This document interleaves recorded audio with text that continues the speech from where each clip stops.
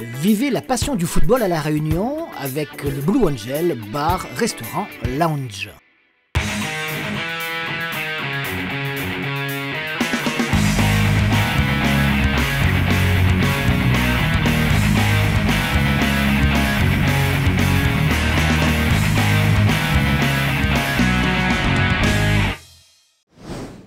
Bonjour et merci de nous accompagner dans cette nouvelle émission de 97.4 Foot.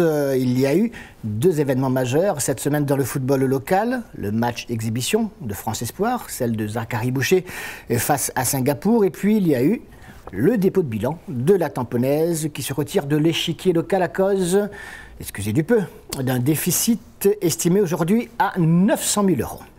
On ne va pas commenter davantage dans notre émission cette triste information que d'autres organes de presse ont relayé très largement et fort bien du reste. Mais comme d'habitude, une fois l'émotion passée, il faudra relativiser et rester optimiste, regarder en tout cas l'avenir. Nous, on va s'intéresser à ce qui s'est passé sur le terrain ce week-end avec tout particulièrement les 16e de finale de la Coupe de la Réunion.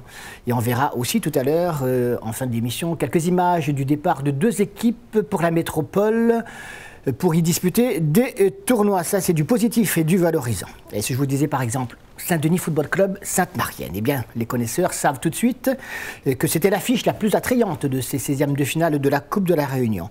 Les Dionysiens évoluaient encore il y a un an en première division, donc parmi l'élite, avant d'être sanctionnés pour des déficits, mais également rétrogradés de 2 divisions. Même pas la 2e division régionale, puisqu'ils sont aujourd'hui en 3e division. Ça s'appelle pompeusement la 2e division départementale, mais ça équivaut sur le plan local à la 3e division. Ils ont une équipe, c'est vrai également, capable de rivaliser avec les meilleurs. En tout cas, ils l'ont montré. Alors, est-ce que la marche de la Sainte-Marienne était beaucoup trop haute hier soir? Ou alors, nouvel exploit des Dionysiens dans cette épreuve de coupe? La réponse tout de suite, Stade de l'Est, Jean-Yves Oula. Stade qui appartient d'ailleurs aux deux équipes, quelque part. En tout cas, une pelouse que les deux équipes connaissent bien puisqu'elles évoluent toutes les deux sur cette même pelouse. Le stade du Parc, vous le savez peut-être, étant en réfection tout au long de cette année encore. Eh bien, les Sainte-Mariennes ne vont pas se laisser piéger en ce début de rencontre par l'équipe dionysienne qui avait réussi, je vous le disais, quelques exploits. Équipe dionysienne coachée par Alex Augustine et qui... Allez, en championnat, réalise une bonne saison. C'est vrai que c'est en 3e division, l'objectif étant de monter en 2e division régionale. Et dès la 19e minute, ce ballon sur la tête de Ben Yahaya permet à l'équipe Sainte-Marienne d'ouvrir le score. Un centre venu de la gauche, lui qui a effectué son retour il y a quelques semaines à peine.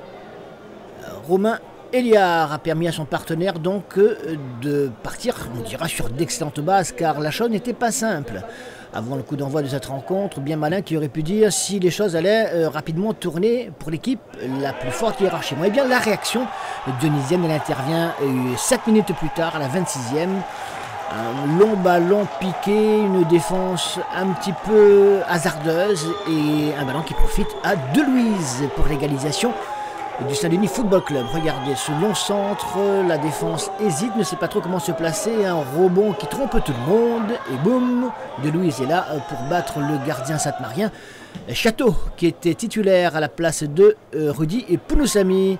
Les Sainte-Mariens ont l'occasion de reprendre l'avantage avec cette frappe encore une fois de Ben Yahaya, mais rien à faire. En face il y a Fessard qui s'interpose. On passe tout de suite en 2e mi-temps et là coup de tonnerre dans un stade de l'Est Jean-Yves Oula bien garni pour une fois. Les Dionysiens prennent l'avantage grâce à ce magnifique but. Regardez, ce tir du gauche en pleine lucarne réussi par qui? Eh bien par le même buteur de tout à l'heure, Delouise, qui donne l'avantage à son équipe. Les Verts et Jaunes mènent à ce moment-là, allez, pratiquement à l'heure de jeu, sur le score de 2-1.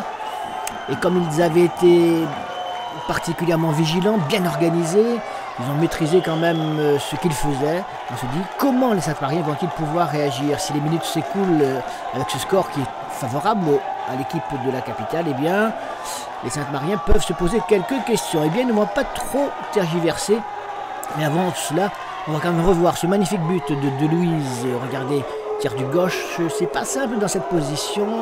Château s'envole, mais il n'y peut rien. Donc 5 minutes plus tard, les Sainte-Mariens l'attaquent avec Mdoïma qui va trouver la solution pour un centre au 2e poteau. Ballon remis dans le paquet de joueurs et il y a Joé d'Amour qui a évolué dans un poste de demi-droit avec un abattage physique et une présence très efficace. C'est lui qui, de ce coup de tête, oui, ça fait mal quand même, permet à l'équipe sainte-marienne, quelques minutes seulement après que les Dionysiens aient pris l'avantage, permet donc à Sainte-Marie d'égaliser, 2 buts partout. Il reste encore un peu moins de 30 minutes à jouer, ça vaut bien évidemment une petite gorgée. Et à la 78e minute, alors que le match, vous l'imaginez à travers cette belle image, s'est déroulé dans un excellent esprit de fair play. Donc sur cette longue touche de Joé d'Amour à la 78e minute, c'est Mdoima qui reprend presque à bout portant. Les défenseurs dionysiens, pourtant vigilants jusque-là, se sont laissés surprendre. Et Sainte-Marie marque le 3e but, celui de la victoire, qui leur permet d'empocher en même temps la qualification. Et donc de se retrouver pour les 8e de finale de cette Coupe de la Réunion. Ça n'a pas été simple, ils le savaient. Et ils auraient même pu faire un break beaucoup plus important, notamment à la suite de cette action dans ce face-à-face remporté par Fessard, le gardien dionysien. On en reste là 3 buts à 2. Puis en fin de rencontre, c'est Briton qui signe son retour après 7 mois d'absence. Il avait été blessé en mois de novembre dernier sur cette même pelouse. Il revient, ce n'est qu'un début, mais en tout cas bien sympathique rentré. On lui souhaite de retrouver toutes ses sensations rapidement. Autre match des 16e de finale de la Coupe de la Réunion, Saint-Pierroise et Saint-Philippe, déséquilibré sur le papier, évidemment. Les Saint-Philippois sont avec le maillot rouge et le short blanc, une bien belle tenue du reste. Mais c'est vrai que déséquilibré sur le papier, ce match l'a été également sur le terrain. Il ne faudra pas s'attendre à une surprise entre le leader du championnat de première division promotionnelle, en l'occurrence la Saint-Pierroise, les Cigognes en blanc et noir, et l'équipe de Saint-Philippe qui évolue en 2e division départementale. Le premier but, Saint-Pierrois est inscrit à la 8e minute par Wilson Grossette, lancé en profondeur, 1 but à 0, ça démarre comme il le faut. Bah, attention au piège quand même, voilà.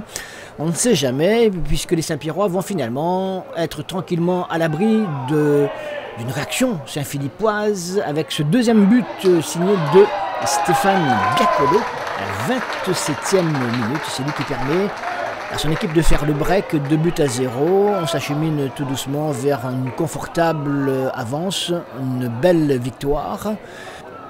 À condition toutefois de ne pas sous-estimer ces valeureux Saint-Philippois qui ont fait beaucoup de résistance.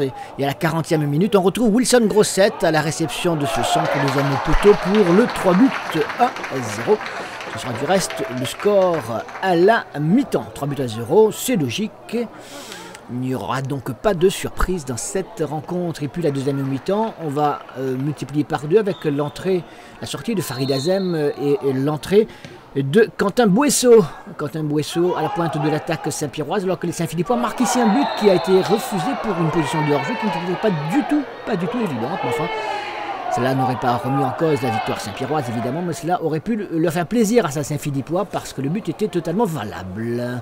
Les Saint-Pierrois qui vont ajouter un 4e but par justement Quentin Bouesso, d'un coup de tête, on ne sait pas trop, du front, de la tempe, peut-être même de l'arrière-tête. On va essayer de le voir au ralenti. Si vous avez de meilleurs yeux que nous, vous allez tout de suite comprendre que c'est pas un coup de tête frontal. Ouais, bah elle est presque. En tout cas, ça fait 4 à 0 pour l'équipe Saint-Pierroise. Et puis 4 minutes plus tard, alors qu'on procède à un changement de gardien, ils se sont permis cela avec la sortie de Emmanuel Ledoyen. À la 77e minute, c'est Andy Virapin à la suite de ce service de Grossette qui va porter le score à 5 buts à 0. 5 buts à 0. Et puis un 6e but à 2 minutes de la fin pour Quentin Bouesso qui n'a fait qu'une mi-temps mais qui a marqué 2 buts. C'est vrai que c'est un chasseur. Et sur cette passe impeccable du reste de Wilson Grossette, ça fait 6 buts à 0. Ça y est, c'est bon, Saint-Philippe n'a pas démérité, mais l'adversaire était trop fort. On vous propose maintenant de regarder Saint-Louisienne gauloise. Les Saint-Louisiens avaient-ils des raisons de se méfier de cette équipe de la Gauloise qui, à travers cette épreuve de coupe, pouvait réveiller quelques vieux souvenirs du côté de Brapanon? On va voir ce qui s'est passé dans cette rencontre, là aussi encore déséquilibrée sur le papier en tout cas. Et par souvenir, on entend, il y a quelques années, la belle prestation de cette équipe de la Gauloise dans cette épreuve de coupe. Mais là, cette fois, ça n'a pas marché, même si, attention, les Saint-Louisiens ont eu raison de se méfier, c'est vrai, tout au long de la première mi-temps, car Ils sont en vert, les Saint-Louisiens, vous l'avez compris. Ils ont un peu de malchance là parce que le défenseur de la Gauloise détourne sur son poteau. En ce moment, on se dit, bah, si ça commence comme ça, il va falloir être beaucoup plus réaliste. Et bien, ils le sont. Ils le sont avec, à la 10e minute du match, un premier, celui de Christopher Pitti pour l'équipe de la Saint-Louisienne. 1-0. L'équipe de la Gauloise reste organisée et se crée une occasion intéressante qui aurait pu être celle de l'égalisation. Le tir qui passe juste à côté des buts du gardien saint-louisien, il n'en sera rien. 1-0 à la mi-temps, c'est pas mal du tout, mais en seconde mi-temps, les choses vont quand même se dérouler beaucoup plus facilement pour l'équipe saint-louisienne qui va inscrire tout d'abord un deuxième but à la 54e minute par Yvan Phileas. 2-0, puis un troisième but à la suite de cette récupération sur le côté droit qui va amener une faute dans la surface de réparation et l'arbitre n'hésite pas à accorder un penalty pour l'équipe saint-louisienne et c'est Pascal Ngongue qui va y aller de son petit but. 3-0 à ce moment-là, la 61e minute. Le jeu saint-louisien est suffisamment clair et organisé pour continuer à poser des problèmes à cette équipe pannonnaise. Et puis un quatrième but à la 79e minute avec ce débordement et cette reprise à bout portant une première fois repoussée par le gardien de la Gauloise. Mais Anthony Palani était dans les parages et ça fait 4-0 à ce moment-là, avant que Pascal Ngongue ne marque son deuxième but personnel. Je ne sais pas s'il en a déjà marqué beaucoup à la Réunion, des doublés comme cela. En tout cas, il a inscrit la 85e minute, le 5e but, et il est tout heureux, c'est sans doute pour cela du reste. Le 5e but de la Saint-Louisienne avant que cette Saint-Louisienne-là ne marque un 6e but comme les Saint-Pirois tout à l'heure. Ça fait donc 6-0. C'est Anthony Palani qui signe lui aussi son doublé. Et le dernier but de la partie, la qualification aisée là aussi de l'équipe saint-louisienne, même si la Gauloise n'a pas démérité. Saint-Pauloise-Bretagne, les Saint-Paulois qui jouent en première division, la Bretagne en deuxième division départementale. Le souci justement pour les équipes qui jouent en division supérieure dans ce genre de match de coupe, c'est de ne pas se faire surprendre par un adversaire qui a tout à gagner. Stade Paul Julius Bénard, Saint-Pauloise-Bretagne. Et quand on fait le déplacement chez le dauphin du championnat, la Saint-Pauloise, qui a des ambitions d'ailleurs pour le titre de champion, et que soi-même, avec tous les jeunes vêtus, l'équipe de la Bretagne, on évolue dans la 3e division, on se dit il faudra un petit peu de chance. Et bien cette chance leur sourit au cours de la première mi-temps, en tout cas en début de match, une première transversale, les Saint-Paulois se disent, bon là, la deuxième transversale quelques minutes plus tard, l'arrêt du gardien, on se dit oh là, attention. Et il faut ne pas continuer sur cette lancée, essayer donc de mettre au pas cette formation de la banlieue dionysienne. Les Rouges Saint-Paulois vont finalement inscrire à la 23e minute leur premier but avec Ntsuki. Ntsuki qui va, alors qu'il n'a pas toujours été en réussite au cours de ces dernières semaines en championnat, se refaire une belle santé puisqu'il va inscrire, 4 des 5 buts de cette équipe de la Saint-Pauloise. On en a vu le premier. Le deuxième, ce ne sera pas lui qui va l'inscrire. Si, c'est lui qui, sur ce penalty, donc, va l'inscrire. 2-0 à ce moment-là. Nous sommes à la 38e minute. Mais comme il n'est pas le seul sur le terrain, il marque grâce à ses partenaires qui lui demandent quelque part de partager quelque peu. Eh bien, c'est le capitaine. Il a le brassard de capitaine Razolofo à la 42e minute. C'est lui qui va permettre à son équipe de mener par 3-0, de regagner les vestiaires avec une avance suffisamment confortable pour ne plus être inquiété face, là encore une fois, un peu comme la Gauloise tout à l'heure, un peu comme l'équipe de Saint-Philippe également, une équipe très courageuse. Mais ça ne suffit pas quand l'opposition est aussi déséquilibrée. En deuxième mi-temps, on retrouve Ntsuki pour 2 autres buts. Celle-là, c'est son 3e. Il dribble le gardien breton au 56e minute donc, et 4-0 pour la Saint-Pauloise avant qu'il ne ferme la marque à la 74e minute. Ntsuki qui se refait une belle santé, qui a repris totalement confiance. Il avait besoin de cela et les matchs de coupe servent à cela également pour des garçons dont on connaît les qualités mais qui ont besoin de s'exprimer là. Ils devraient être totalement libérés. Qualification évidemment de la Saint-Pauloise. Direction Saint-Benoît maintenant, où l'équipe de bras fusils pensionnaires, là aussi de première division, n'avait pas a priori la tâche facile contre le FC Parfum. FC Parfum, équipe composée principalement de joueurs mahorais. Cela s'est passé au stade Jean-Allan de Saint-Benoît. Brafusy ne s'est pas laissé surprendre. Ça, c'est la moindre des choses qu'il fallait attendre d'une équipe de Saint-Benoît, c'est vrai, mais également surtout entraînée par Wilson Clara. L'adversaire a beau avoir des qualités, mais il faut mettre la pression tout de suite sur cette formation.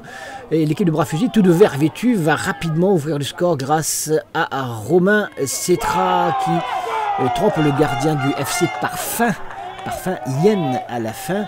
Équipe de l'Est également, du côté de Saint-André principalement, qui évolue en deuxième division départementale. Et les banlieusards bénédictins, eux, ne se laissent pas compter avec là un penalty qui leur est accordé à la 20e minute. Et c'est Loïc Bertil, le buteur patenté, sur qui on avait fait faute, qui va lui-même se charger de transformer cette sanction 2-0 à ce moment-là. On se dit, allez, le carton est en vue. Eh bien non. Eh bien non, car l'équipe de Brafusy va rater l'occasion de faire un break beaucoup plus important à la suite de cette nouvelle faute. Un peu généreux quand même ce coup de sifflet de l'arbitre. Un deuxième penalty, toujours en première mi-temps, aux grandes dames évidemment des joueurs mahorais. Et cette fois, par contre, le gardien du FC Parfum ne va pas se laisser surprendre. Il empêche que les bénédictins ne regagnent les vestiaires avec un avantage de 3-0. Mais 2-0, c'est déjà quand même confortable. Et vous l'avez vu également sur cette action. Regardez, le gardien Bourseau, le gardien de Brafusy en cette seconde demi-temps, est obligé d'intervenir dans les pieds de l'attaquant du FC Parfum, signe que le vent est en train de tourner quelque peu. Et à la 62e minute, fort logiquement, ils vont bénéficier d'un penalty pour cette faute. Petite faute, peut-être non plus, mais bon, allez, un penalty. Compensation ou pas, je vous laisse porter votre jugement. En tout cas, c'est Only qui, à la 62e minute, donc permet à l'équipe du FC Parfum de revenir au score 2-1. Attention, mais Brafusy à la 68e minute, c'est-à-dire 6 minutes plus tard, grâce à ce magnifique but de son buteur, Loïc Bertil se met à l'abri définitivement. 3-1, qualification de Brafusy. Ça n'a pas été simple, ça n'a pas été non plus très compliqué, ça reste logique. En tout cas, un match assez équilibré quand même. Il y a eu beaucoup de matchs de 16e de finale de la Coupe de la Réunion hier soir. Il y en aura d'autres cet après-midi, ce soir également. Alors les résultats, les principaux en tout cas enregistrés depuis hier soir dans cette compétition. Et nous avons deux panneaux à vous montrer. Regardez les cartons. Les Marsouins ont battu Vincent d'O 5-0. Brafusy, on vient de le voir, 3-1. Qualification également de la Saint-Pierrois 6-0 et pas de jaloux dans le sud. La Saint-Louisiane en a fait autant face à la Gauloise cette fois. Saint-Paul n'était pas loin, 5-0 face à la Bretagne. L'F Saint-Louis gagne face au Red Star 4-1. La Ligne Paradis également, c'est logique, face à l'Entre-deux, sur le terrain de l'Entre-deux, c'était pas simple. Et le SDFA, l'une des têtes d'affiche de la deuxième division régionale, a battu 5-1 la Rivière Sport qui traîne dans les profondeurs du classement de cette même deuxième division régionale. Vous avez vu là, il y a beaucoup de buts. Allez, on regarde la suite des résultats et les matchs à venir cet après-midi avec la qualification de Petite-Île au tir au but. Ils ont arraché les Petite-Îlois un match nul à l'issue des prolongations, donc un but partout à Sainte-Suzanne, et ils se qualifient tout de même, mais dans la douleur. Victoire, on l'a vu, de la Sainte-Marienne sur le Saint-Denis Football Club. Victoire vendredi soir de la possession 3-0. Et puis et tous les autres matchs cet après-midi avec tout en bas, vous le voyez, Tamponnaise Altela. Logiquement, la Tamponnaise étant out, c'est Altela qui se qualifierait pour le prochain tour. Comme promis, des images maintenant des jeunes, des équipes de jeunes. Il y en a deux et qui partaient cette semaine en direction de la métropole pour y disputer des tournois. Il s'agit des jeunes du centre élite de Saleux et des 12 ans de l'AS Redoute. Qu'est-ce pour dire, bonne camarade, avant d'aller faire un voyage comme ça? Vous allez en groupe là? Ben, même là, pour dire, il faut en profiter, il faut jouer au ballon aussi parce que ici, ce sera pas pareil là-bas. Il y aura un autre niveau encore, ce sera plus dur, mais il faut batailler. Ballon, les ronds, ça. Je crois que c'est essentiel pour nos garçons d'aller voir d'autres choses, d'aller voir d'autres infrastructures, aussi pour nos éducateurs. Et on a la chance d'avoir des affinités, des contacts maintenant réguliers avec le FC Metz, et où joue Romain Métanir qui va nous accueillir. Ça fait 2 fois qu'on va à la Graoli Cup et je pense que ça peut être qu'une excellente chose pour nos gamins. Voilà un avant-goût de ce que vous verrez demain soir dans 97.4 Foot Plus. On ne pouvait terminer cette émission sans avoir une pensée particulière pour la famille de Christian Rangayanagi qui nous a quittés dans un accident à Bassin-Lapé. C'était jeudi. Christian qui a été joueur, entraîneur à Saint-Denis, mais également à la Jeanne d'Arc. On ne t'oubliera pas. Demain soir, on vous donne rendez-vous sur Télé Créole pour une soirée entièrement sportive. Il y aura du handball avec notamment les 2 gros magazines sur les finales 2014. Dès 19h50, les finales aller, puis à 21h30, les finales retour. Et entre les deux, eh bien, 97.4 Foot Plus, où on va parler des 16e de finale de la Coupe de la Réunion, mais également des matchs, alors du match début de France Espoir et Singapour, il y en a eu 6, je vous le rappelle, au bénéfice des tricolores. On reviendra aussi, je vous le promettais, plus longuement sur le départ de ces jeunes du centre élite de Saint-Leu, mais également de la SR2 en direction de la métropole. En tout cas, si vous aimez le sport local, le sport réunionnais, rendez-vous demain soir dès 19h50, c'est sur Télé Créole. En attendant, passez une excellente après-midi, une excellente soirée. À demain. Salut.